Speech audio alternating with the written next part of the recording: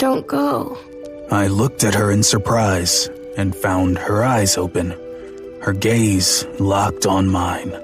I don't think you really... Please, don't leave me alone. She sat up a little and tugged on my arm, trying to pull me down into the bed with her. I couldn't really deny the fact that I'd thought about getting Roxy in my bed more than once before. Not that I'd lay a finger on her in her current state, but even seeing her here, surrounded by gold and half undressed, was sending zips of turbulent energy right through me. Please. She pulled on my hand again, and I gave up trying to talk myself out of it as I kicked my shoes off and got in beside her. She smiled at me, and I settled back against the pillows. Okay.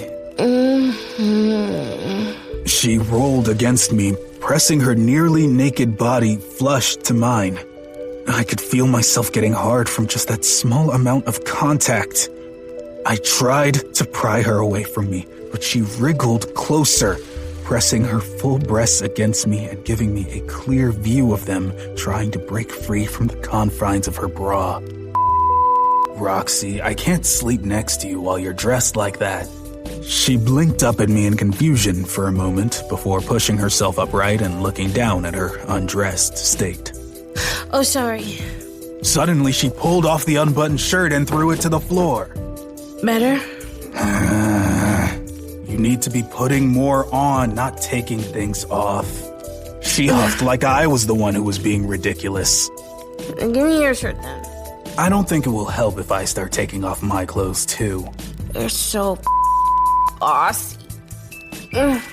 Just do as you're told for once. Before I could respond to that, she shoved my hand aside and moved to straddle me in one quick movement.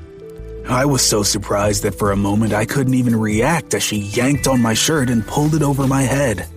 My hands found her waist, my thumbs brushing against her hip bones as she looked down at me with her dark hair tumbling around her shoulders and that sexy as sin underwear begging me to touch it.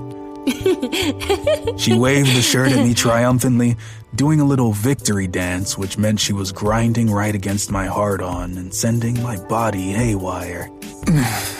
Before I could say or do anything, she pulled the shirt over her head and covered herself with it. I was so much bigger than her that it fell right down to pool around her thighs, trapping my hands beneath the material where I still held her. Her gaze locked with mine.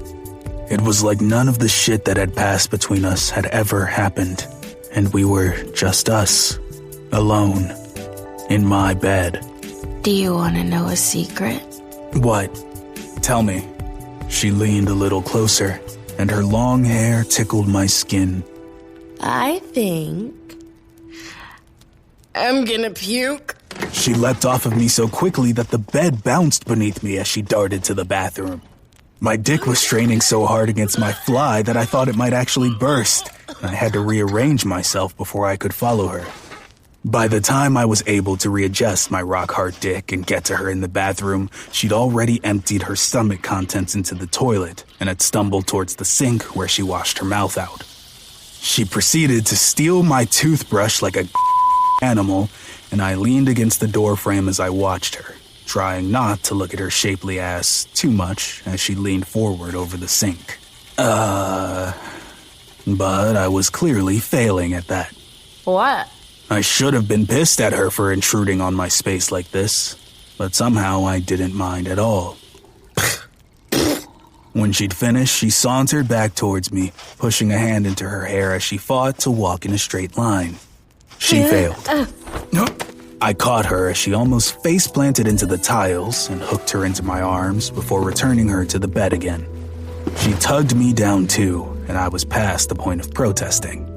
The moment her head hit the pillow, her eyes fell shut, but she turned towards me, draping an arm across my waist. I flicked the lights off, and the room was only illuminated by the fire in the fireplace. You're unbelievable. You know that? In what way? She shifted nearer to me, and I pulled her close as she laid her head on my chest. My heart was hammering wildly, and I couldn't quite believe the strange turn of events that had led us here.